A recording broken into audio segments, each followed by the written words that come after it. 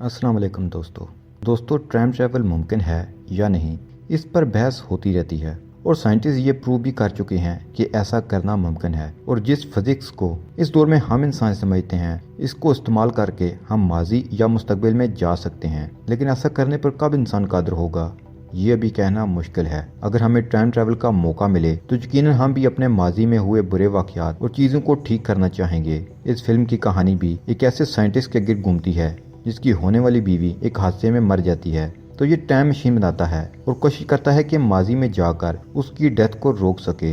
लेकिन उसे पता चलता है कि वो माजी में जाकर माजी को नहीं बदल सकता। जो हो चुका वो ऐसे या तैसे होना ही था। लेकिन ऐसा क्यों है और माजी को कैसे बदला जाए, ये साइंटिस्ट टाइम में बहुत आगे का सफर शुरू करता है। आइए मिलकर देखते हैं कि क्या मुस्तकबिल में जाकर उसको उसके सवाल का जवाब मिला और उसने मुस्तकबिल में लाखों साल आगे जाकर कैसी दुनिया देखी, उस वक्त की ज़मीन कैसी थी। तो चलें शुरू करते हैं। मूवी के स्टार्ट में 1899 में जहां न्यूयॉर्क में रहने वाले हम डॉक्टर एलिस को देखते हैं, जो कि एक यूनिवर्सिटी में मैकेनिक्स और इंजीनियरिंग पढ़ाते हैं। उसके अलावा वो एक जीनियस इन्वेंटर भी थे। डॉक्टर एलिस के सर पर जुनून सवार था कि वो टाइम ट्रैवल के कंसेप्ट को प्रूव करके दिखाएंगे। एलिस के फ्रेंड का मानना था कि उसे एक बड़ी कंपनी में इजीली जॉब मिल सकती है, लेकिन एलिस किसी के अंडर जॉब करने वाला नहीं था। वो अपने इन्वेंशंस पर काम करना चाहता था। एलिस की एक फैंसी होती है जिसे वो बहुत प्यार करता है और आज भी वो अपनी फैंसी से मिलने जा रहा था।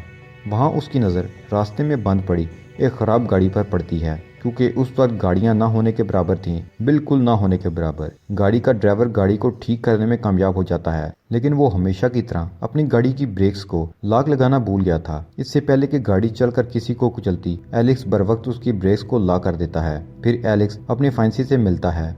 दोनों अच्छा वक्त साथ गुजारते हैं। इस दौरान एक चोर वहां आ जाता है और गन दिखाकर उन्हें लूटने की कोशिश करता है और इसी दौरान वो एलेक्स की फैंसी को मार डालता है। ये देखकर वो बहुत दुखी हो जाता है और ये दुख नहीं सह पाता, इसलिए वो डिसाइड करता है कि वो टाइम मशीन बनाएगा और वापस माजी में जाकर अपनी फैंसी की जान बचा लेगा। इस काम के लिए वो दिन रात एक कर देता है। इस तरह 4 साल की अनथक मेहनत के बाद वो टाइम मशीन इन्वेंट कर लेता है। लेकिन इस इन्वेंशन के बारे में वो अपने बेस्ट फ्रेंड को भी नहीं बताता। वो एलेक्स के लिए काफ़ी फिक्रमंद रहता था। तो एलेक्स वक्त ज़ाया किए बगैर मशीन को चलाता है और माजी में 1899 में जाता है, जहां वो अपनी फैंसी को देखकर बहुत खुश हो जाता है। उससे पहले कि वो एक्सीडेंट फिर से रिपीट होता, वो अपनी फैंसी को लेकर दूर चला जाता है। लेकिन यहाँ एलेक्स इन्वेंटर होने के बावजूद टाइम और स्पेस के एक फैक्ट को भूल गया कि जो कुछ हो चुका हो उसको बदल नहीं जा सकता, यानी किसी भी टाइम को हम चेंज नहीं कर सकते। और होता भी कुछ ऐसा ही है। वो अपनी फैंसी को प्रपोज करने लगता है तो वो पहले फ्लावर शॉप से फ्लावर लेने चला जाता है। पीछे से वही गाड़ी आ जाती है जिसका ड्राइवर गाड़ी की ब्रेक को लॉक लगाना भूल जाता है। आज भी यही होता है। वो गाड़ी चल पड़ती है और एलिस की फैंसी की मौत हो जाती है, जिससे एलेक्स एक बार फिर काफी दुखी हो जाता है। लेकिन वो हार नहीं मानता और इस बार वो फ्यूचर में जाने का सोचता है, इस उम्मीद में कि शायद फ्यूचर के लोग जानते हों कि पास्ट के वक्त को कैसे बदला जाता है। इसलिए वो 2030 में ट्रैवल करता है, जहाँ पर इंसान चांद पर जिंदगी गुजारने की तैयारी कर रहे हैं। उसके बाद एलेक्स एक लाइब्रेरी जाता है मजीद टाइम ट्रैवल के बारे में समझने के लिए, जहाँ उसकी मुलाकात होलोग्राम आर्टिफिशियल लाइब्रेरियन से होती है। एलेक्स उससे पूछता है कि पास्ट टाइम को कैसे चेंज किया जा सकता है। वो लाइब्रेरियन उसे बताता है कि इस टाइम में अभी तक टाइम ट्रैवल मशीन इन्वेंट नहीं की गई। यह सुनकर वो मायूस हो जाता है, लेकिन वो हार नहीं मानता। अब की बार वो फ्यूचर में 2037 में ट्रैवल करता है, लेकिन उस टाइम में उसे जमीन पूरी तरह डिस्ट्रॉय मिलती है। उसे 2 पुलिस ऑफिसर से पता चलता है कि बहुत ज्यादा माइनिंग से चांद बहुत मुतासर हो गया, जिसकी वजह से चांद अब टूट रहा है और उसके टुकड़े जमीन पर गिर रहे हैं और अब वो जमीन के इतने करीब हैं कि वो किसी भी वक्त जमीन से टकरा सकता है। वो पुलिस ऑफिसर उसे रेस्क्यू करने की कोशिश में उसे साथ ले जा रहे होते हैं, लेकिन एलेक्स भाग जाता है और टाइम मशीन में आकर बैठ जाता है। इससे पहले कि वो ज़मीन की डिस्ट्रक्शन का शिकार होता, वो मशीन को शुरू कर देता है। लेकिन इस बार सेटिंग अननोन होती है। उसे झटका लगता है और वो बेहोश हो जाता है। इस दौरान टाइम मशीन लाखों साल आगे का सफर तय कर लेती है और इस सफर में जमीन डिस्ट्रॉय होने के बाद फिर से नॉर्मल हालत में आती भी दिखाई जाती है। फिर जब एलेक्स को होश आता है तो वो मशीन को मजीद अगले सालों में जाने से रोकने के लिए उसे ऑफ कर देता है। लेकिन इस दौरान वो 8 लाख साल आगे के जमाने में पहुंच चुका होता है। क्योंकि वो जख्मी था, इसलिए वो फिर से बेहोश हो जाता है। जब उसे होश आता है तो वो अपने आप को एंशिएंट सिविलाइजेशन में पाता है, यानी पत्थर के ज़माने के लोग जो उसकी ज़ुबान समझ नहीं पा रहे थे। वो एलिस को अपने लिए खतरा समझकर उसे मारने का फैसला करते हैं, लेकिन एक लड़की मारा जिसने एलिस की जान बचाई थी, उसे एलिस की ज़ुबान आती थी क्योंकि वो टीचर थी और इस वजह से एंशिएंट सिविलाइजेशंस के बारे में भी जानती थी। वो एलिस को अपनी कम्युनिटी से बचा लेती है। वो मारा को बताता है कि वो पास्ट टाइम से आया है, लेकिन मारा अपनी कम्युनिटी को इस बारे में नहीं बताती क्योंकि वो जानती है कि उसकी कम्युनिटी के लोग उसकी साइंस को नहीं समझते और न ही वो मानेंगे और उसे कोई एलियन समझकर उसे मार देंगे।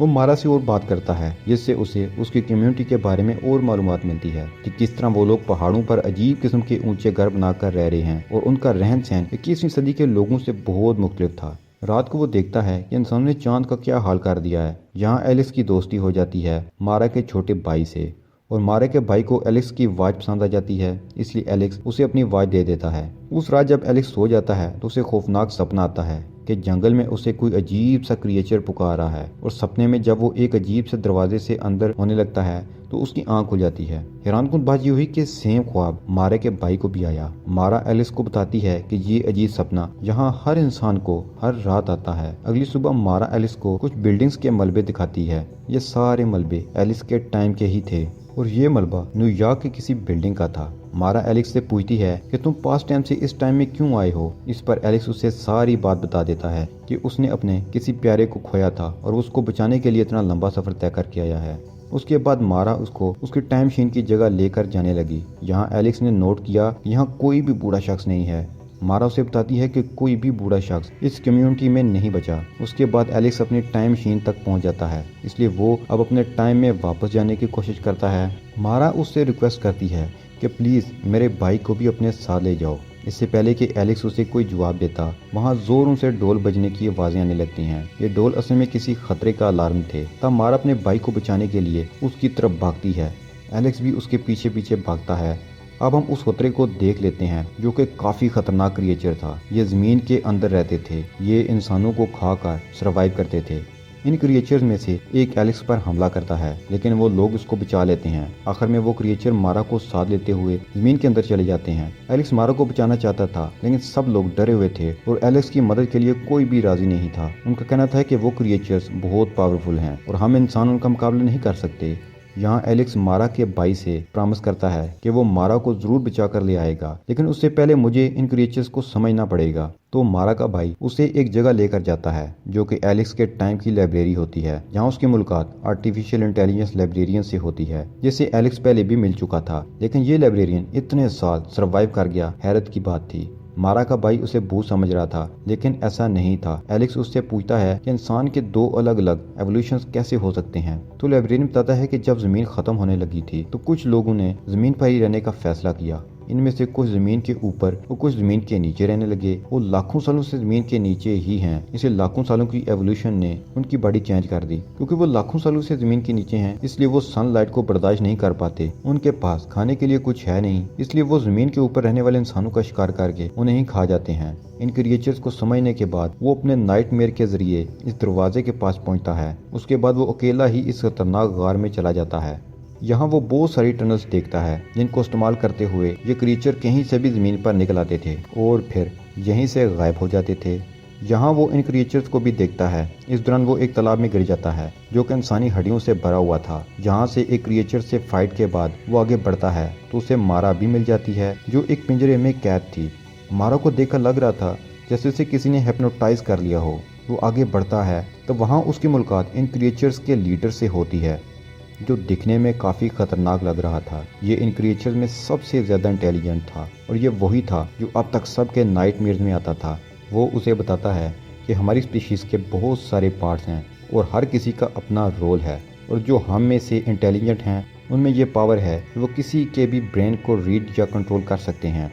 वो एलिस को बताता है कि हमारी स्पीशीज़ का एक ग्रोह ऐसा है जो कम इंटेलिजेंट है, जिनका सामना तुमने किया। ये सुनकर एलिस को काफ़ी गुस्सा आ जाता है तो वो एलिस को गले से पकड़ लेता है और वो एलिस को समझाता है कि हम ईवल नहीं हैं, बल्कि हमें ये मजबूरी में करना पड़ा है ताकि हम सरवाइव कर सकें। उसके बाद वो एलिस के माइंड को भी रीड कर लेता है।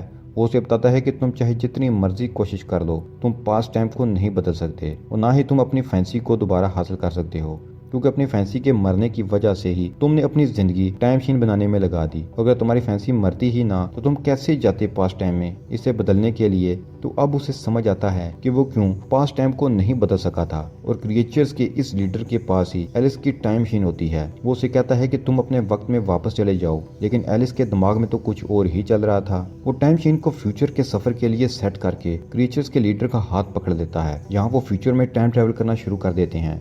यहाँ उनकी फाइट होती है। वो लीडर मशीन से बाहर लटक जाता है, जहाँ टाइम तेजी से गुजरने की वजह से वो बूढ़ा होकर स्केलेटन में तब्दील होता है और खत्म हो जाता है।